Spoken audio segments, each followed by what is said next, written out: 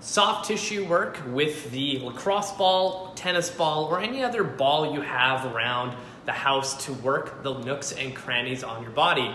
So when we use a standardized foam roller, that kind of just hammers out the big blocks and not the small little muscles that don't get enough attention with the big foam roller. That's why the ball works really, really well. So we're gonna hit a couple spots that I always tell my clients to focus on, as they tend to get the tightest. And as you're going through it, remember, foam rolling is not gonna break up any kind of scar tissue or anything like that. We're just trying to communicate with the nervous system and say, hey, we can tone it down. Let's not get so stressed, and let's relax and get some better movement patterns before we exercise. So what we're gonna do is find ourselves a wall and start there. So we're gonna start with our upper back, working our way down. And what you're gonna do with the ball, you're gonna end up on the top of where your trap is, and you're gonna lean it against the wall. And again, there's no art to foam rolling or soft tissue work. You just have to find what works for you.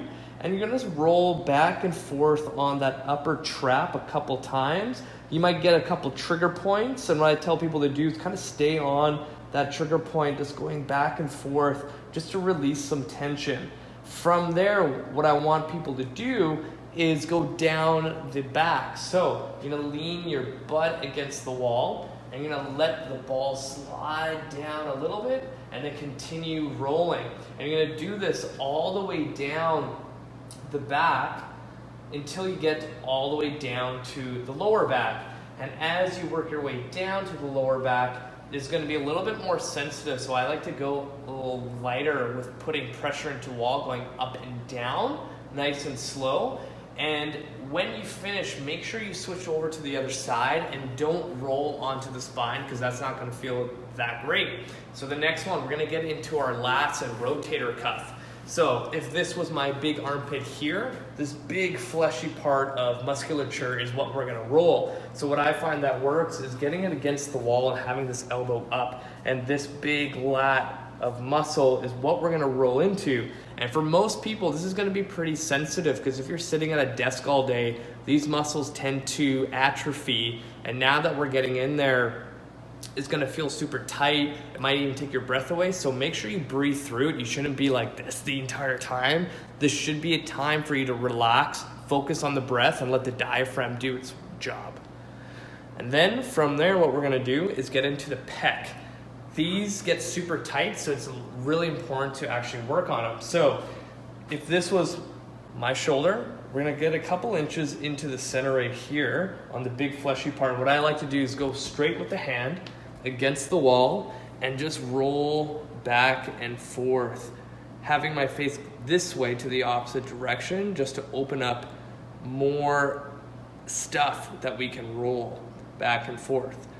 Perfect. So the last thing we're gonna do is our feet. So every day we wear socks and shoes that prevents a lot of good sensory information that comes to our feet. If you think about it, our hands are very similar to our feet, and they are exposed to things that we touch, the barbell that we're gonna grab, and we get a lot of good information that sends signals to certain joints to, get centrated, to be in an optimal position if we're going to lift a heavy weight. The sad thing is, when we're wearing our shoes all day that have arch support, heel support, we lose all those intrinsic muscles to develop. So rolling it is going to kind of wake up all the nerve endings at the bottom of our feet. So really simply, we're going to put the little ball down to the ground. We're going to place our foot on top, and I like to start by pushing down for a couple seconds, ease off, roll it into a different position, push down, relax, push down, relax, and then I start rolling back and forth, different angles, nice and slow. And again, like I said before, there's no art to it. You just want to stay in the foot area. You don't have to get into the heel, but you can if you like to. And good.